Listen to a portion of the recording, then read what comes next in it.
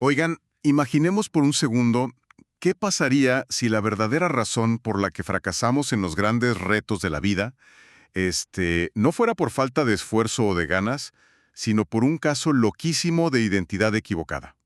Uy, es que esa es la premisa que lo cambia todo. Exacto. O sea, pensemos en una semilla de árbol de secoya, de estos árboles gigantescos, que pasa toda su vida súper estresada, marchita, frustrada, simple y sencillamente porque está convencidísima de que es una zanahoria. Claro, y suena un chiste malísimo, pero en el fondo es una tragedia absoluta. Totalmente. Y justamente de eso, de cómo corregir esta tragedia desde la mismísima raíz, es de lo que trata nuestra inmersión profunda de hoy. Porque fíjate que sobre la mesa tenemos un material, bueno, fascinante es poco. Sí es un material muy peculiar. Es como, a ver, imaginemos recibir la herencia más valiosa del mundo.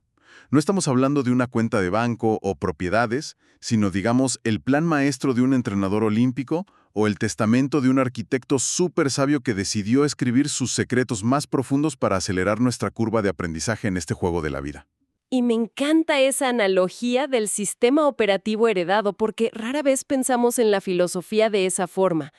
Hoy vamos a cruzar dos fuentes que a simple vista parecen de mundos completamente distintos. Ajá, totalmente distintos. Por un lado tenemos El secreto del árbol de Nasruddin, que es una fábula bellísima y engañosamente sencilla. Y por el otro, un documento que se llama Sabiduría Integral, que es denso, estructurado, profundísimo. Sí, es un tabique de información. Exacto. Entonces nuestra misión hoy no es leer un índice aburrido, ni mucho menos. Vamos a ver cómo estos dos textos construyen un solo fractal, o sea, una figura geométrica viva. Vamos a ir desde un cimiento microscópico, desde una semilla matemática, hasta ver cómo eso germina y se convierte en un bosque cósmico enorme. Y dotar a quienes nos escuchan de esas herramientas fundamentales, ¿no? Los conceptos mínimos indispensables para poner orden en la vida. Porque, a ver, para construir una casa o para que nazca ese bosque que mencionas, necesitas un punto de partida absoluto.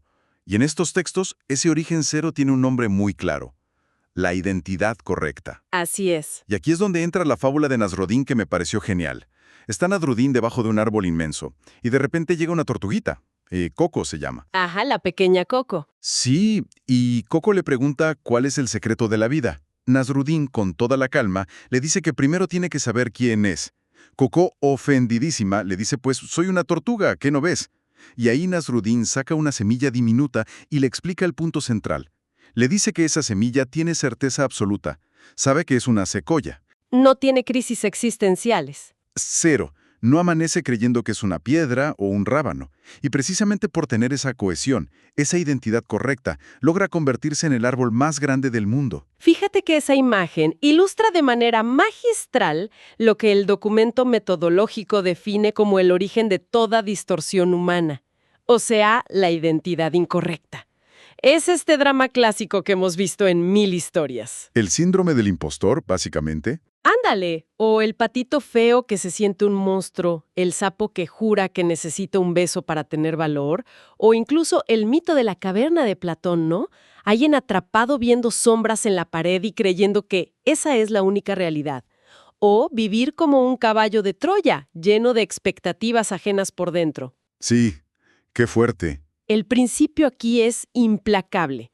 Si en tu núcleo crees que eres una rana, pues vas a actuar como rana toda tu vida. Vas a limitarte a saltar charcos y, jamás vas a aprender a volar, porque tu identidad es la que está dictando tus límites físicos y mentales. Claro. Y en la fábula, de hecho, llega un águila que se llama Sol y le pregunta a Nasruddin exactamente eso. Oye, ¿qué pasa si uno no sabe quién es? Y la respuesta es durísima.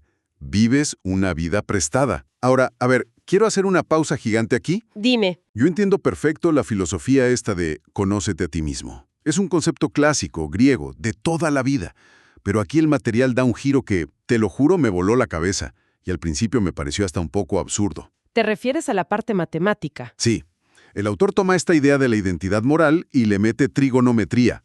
O sea, empieza a hablar de catetos y de una hipotenusa del ser. Ayúdame a desenredar esto, porque, a ver, ¿qué necesidad hay de meter álgebra y senos y cosenos de secundaria para explicar cómo ser buena persona? Sí, te entiendo perfecto. Parece una complicación rarísima e innecesaria.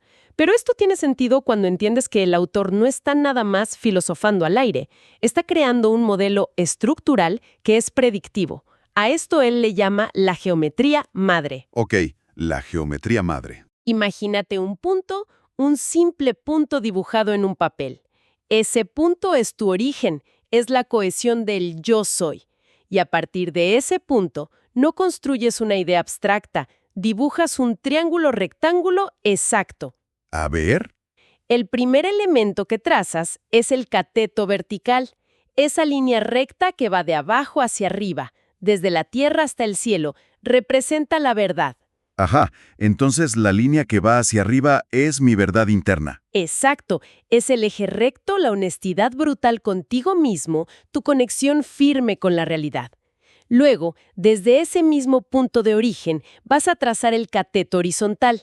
Esa línea que se extiende hacia los lados, como abrazando el mundo, representa la belleza. Pero, a ver, ¿belleza física? No, para nada. No es la belleza estética de una portada de revista, sino la belleza entendida como un verbo.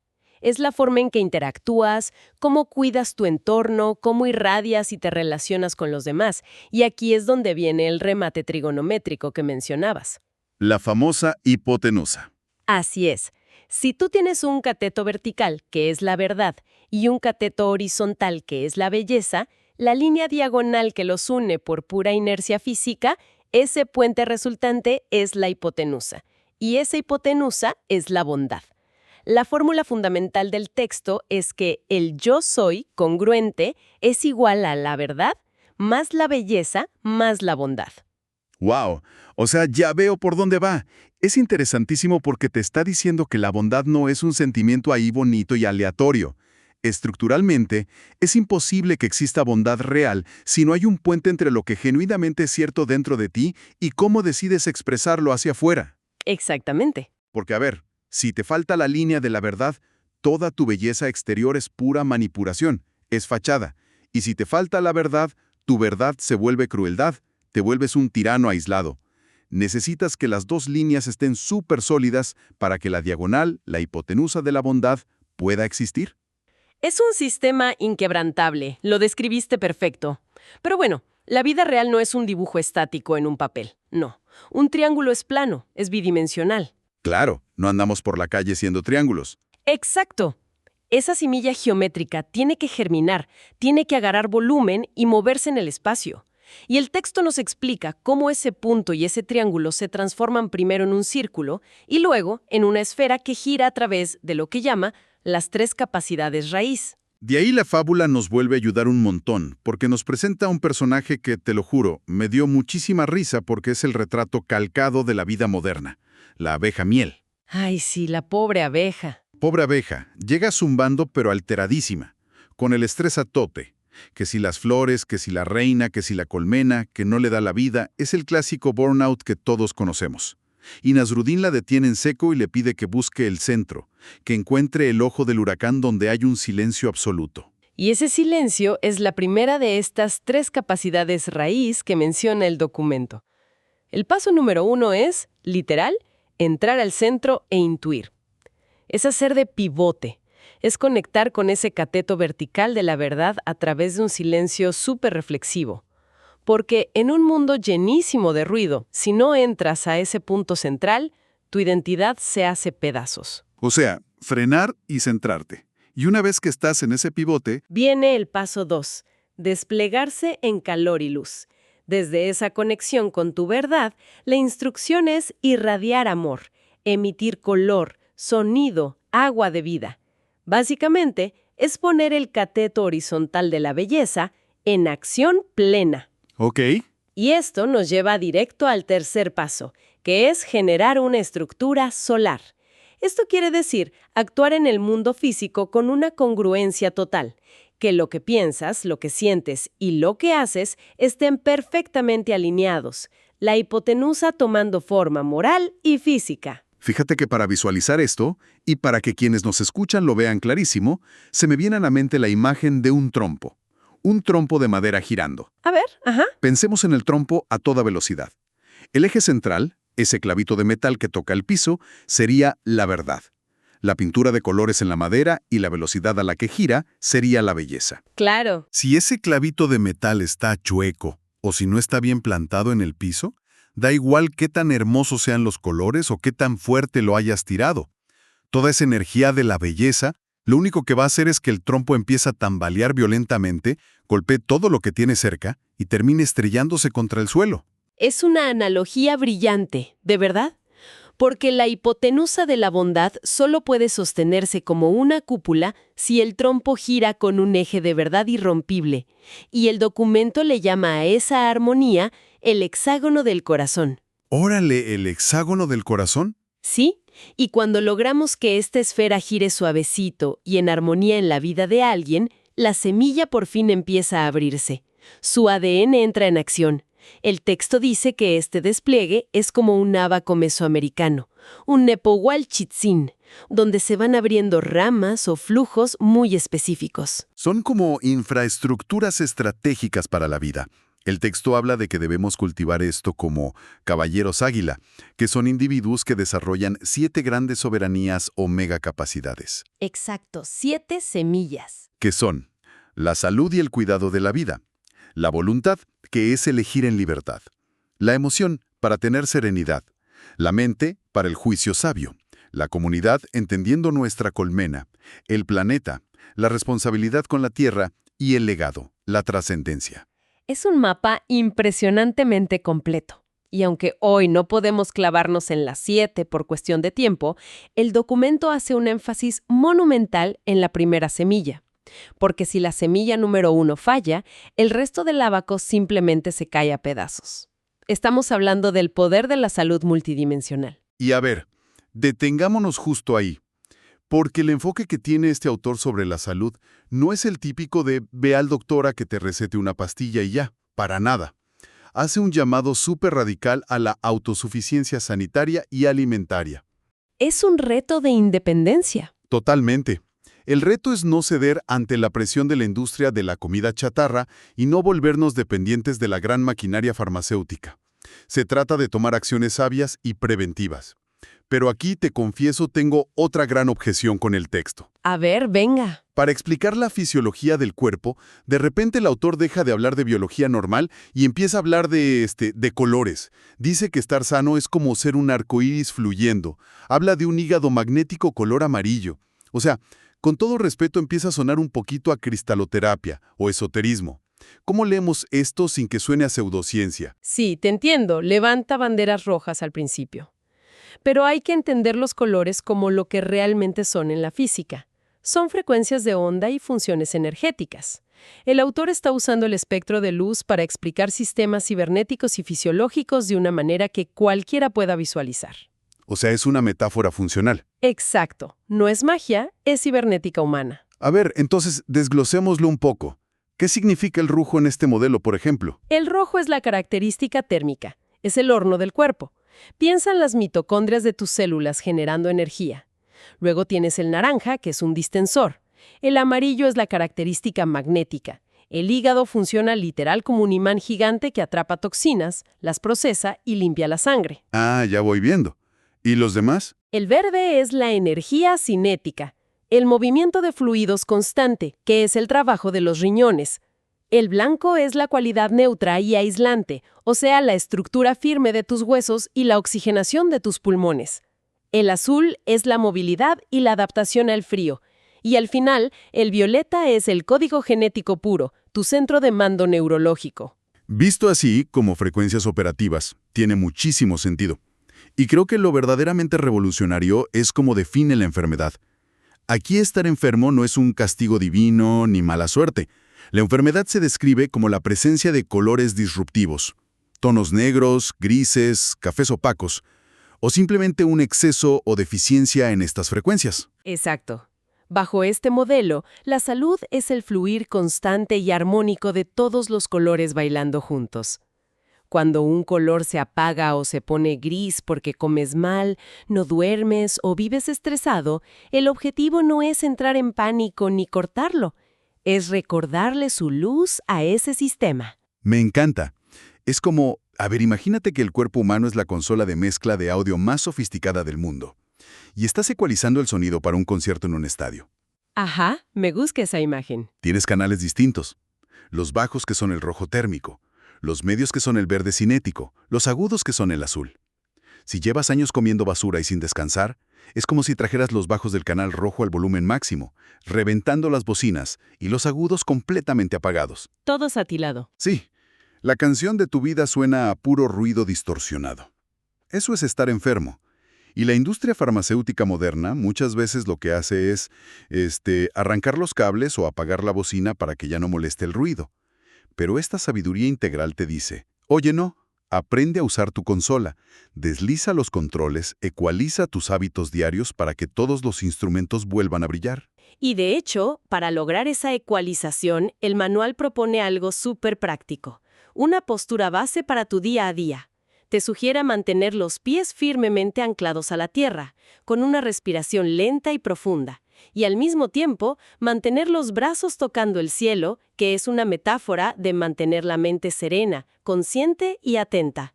Pies en la tierra, manos en el cielo. Así es unir la verdad de la raíz con la belleza de la expansión, para que tu hipotenusa sea un acto de bondad y de salud pura. Es una chulada de concepto, pero, a ver, tenemos la identidad correcta, tenemos las capacidades girando como trompo y tenemos el vehículo, el cuerpo, súper ecualizado. Todo esto suena padrísimo en la teoría. Pero falta la práctica. Claro, porque sales a la calle, te metes al tráfico, llegas a la oficina, hay crisis económica. ¿Cómo sobrevive este caballero águila en el campo de batalla? Y aquí es donde la fábula nos regala a mi personaje favorito, Pitas. Ah, el ratoncito Pitas. Sí, Pitas el ratón. Llega corriendo, hiperventilando. Tuvo el peor día de su vida. Lo persiguió una serpiente enorme por todo el bosque. Por andar huyendo se cayó a un río heladísimo, se empapó, perdió su queso y, para colmo, estaba nublado. Es el equivalente a que te corran del trabajo, pierdas la cartera y se te descomponga el coche en medio de una tormenta. ¿Un lunes cualquiera? Un lunes cualquiera, exacto. Y Nasruddin se agacha y le pregunta, bueno, ¿y qué aprendiste hoy? Pitas fúrico. Le contesta que aprendió que los ríos están muy fríos. Pero Nasruddin lo obliga a observar la situación desde el centro, desde su pivote. Y de repente, a Pitas le cae el 20. Se da cuenta de su capacidad. Se da cuenta de que descubrió algo increíble, que cuando tiene miedo, es muchísimo más rápido que una serpiente. Y esa es la alquimia de esta sabiduría. Transformar el problema en el maestro. Convertir el trauma en una herramienta estratégica. Esto conecta directo con la última fase del documento, que es la matriz estratégica en lo que llama el tablero de ajedrez viviente. ¿Y cómo jugamos en ese tablero? Una vez que dominas tu identidad y tu salud, el autor dice que debes desarrollar una perspectiva de águila. Básicamente sugiere mapear tu realidad haciendo un análisis interno, como un FODA, evaluando tus fortalezas, oportunidades, debilidades y amenazas. Pero pone un foco enorme en las amenazas sistémicas que buscan distorsionar quién eres. Ah, y aquí es donde el texto usa unos nombres muy pesados, ¿no? Sí, utiliza figuras arquetípicas muy fuertes. Habla de la fuerza de Ahriman y de la fuerza de Lucifer. Y ojo, hay que hacer una aclaración vital aquí. No los usa en un sentido religioso o teológico para nada. Son metáforas del comportamiento humano, polos de una balanza psicológica en la que estamos atrapados como sociedad. A ver, aterricemos eso porque suena súper abstracto. ¿Cómo se verían Ahriman y Lucifer un martes en una oficina corporativa? Buen ejercicio. La energía de Ahriman representa el materialismo absoluto, la hiperproductividad deshumanizada. Es ese sistema que te reduce a un engranaje, a un número de empleado en una hoja de Excel. Te convence de que lo único que importa es el dinero, el estatus, la materia densa. Te clava al suelo y apaga tu propósito. O sea, el sistema exprimiéndote hasta el cansancio extremo. Exacto. ¿Y el otro polo? La influencia de Lucifer es la opuesta. Es el idealismo distorsionado. Hoy en día lo veríamos como la positividad tóxica, el escapismo o esta espiritualidad de redes sociales de puras buenas vibras que va de la realidad material y no resuelve ningún problema real. Te desconecta del piso y te deja flotando sin rumbo. ¡Wow! ¡Qué claridad! Y el caballero águila es justamente el que navega por el centro, mantiene los pies en la tierra, enfrentando la realidad sin dejarse aplastar por el materialismo, pero con la mente en el cielo, teniendo ideales altos sin perderse en fantasías evasivas. Es mantener el cateto vertical intacto. Y fíjate que lo más impactante de todo este andamiaje es que no son reglas aisladas. El autor cierra el texto mostrando que todo esto es un fractal de fractales. Sí, la geometría sagrada que se repite. Exacto. O sea, no importa qué tanto acerques o alejes el microscopio. Si miras una sola de tus células, ahí adentro está operando el triángulo de verdad, belleza y bondad para mantenerte vivo. Si alejas la cámara y ves al individuo, ves a este árbol desarrollando sus 7 grandes ramas. Y si te alejas más y lees a la comunidad, el texto la dibuja como un hexágono inmenso, una red de abejas colaborando en perfecta simetría. Si ves a la humanidad entera, es un bosque monumental de secoyas conectadas por las raíces. Y el cosmos de Entredo es el gran fractal maestro. Todo, absolutamente todo, obedece a estas mismas reglas de congruencia y vitalidad. Y pensando en el autor, o en el maestro que diseñó todo esto, el objetivo final es clarísimo. No se trata de intentar heredarle a las siguientes generaciones cosas materiales que una crisis puede destruir en un segundo. Claro que no. Vivimos en un mundo lleno de asimetrías, de presiones horribles que buscan, apagar los colores de nuestra consola y quebrar nuestro trompo. Entregar esta sabiduría es empoderar radicalmente a alguien para que, sin importar la tormenta que haya afuera, tenga la soberanía de ser el arquitecto y el tejedor de su propio universo. Es bellísimo. Y frente a toda esta inmensidad, yo creo que es súper importante rescatar la advertencia final que da Nasruddin. Casi al final de la fábula, hay un niño, Santi, que estaba escondido escuchando todo. Sale y le pregunta a Nasruddin: «Oye, ¿cuánto tiempo tarda en crecer una secoya tan majestuosa?». La pregunta del millón. Y la respuesta es una bofetada a nuestra impaciencia de hoy en día. Le dice: Muchísimo tiempo. construir este nivel de congruencia no es un retiro de fin de semana. Requiere una paciencia enorme. Pero Nasruddin añade algo que me parece liberador. ¿Qué le dice? Le dice que si un día, por cansancio, por crisis o distracción, olvidas regar tu semilla, no pasa absolutamente nada. Vuelves al silencio, te centras en tu pivote y empiezas de nuevo. La semilla no guarda rencor. Tu identidad correcta siempre va a estar ahí, intacta, esperando a que decidas volver a nutrirla. La semilla no guarda rencor. ¿Qué frase tan brutal para quitarnos la culpa cuando inevitablemente tropezamos en este tablero de ajedrez? Porque a fin de cuentas, hoy no estuvimos repasando filosofía de museo, sino herramientas muy palpables para no dejarnos devorar por el ruido y jugar esta vida con una buena estrategia. Así es. Y para cerrar esta inmersión profunda, creo que vale la pena quedarnos con la última lección de Nasruddin. Si para esa semilla interna el agua indispensable es la verdad, o sea, tener el valor de ver las cosas como son, y la luz del sol es la belleza, hacer las cosas con amor y cuidado, Ajá. la reflexión que nos queda rebotando en la cabeza para los próximos días es, frente a la posibilidad de construir un bosque gigantesco en nuestro interior, ¿qué gota de verdad incómoda o qué rayo de belleza profunda le estamos negando a nuestra propia raíz el día de hoy? Yo creo que ya es un muy buen momento para tomar la regadera.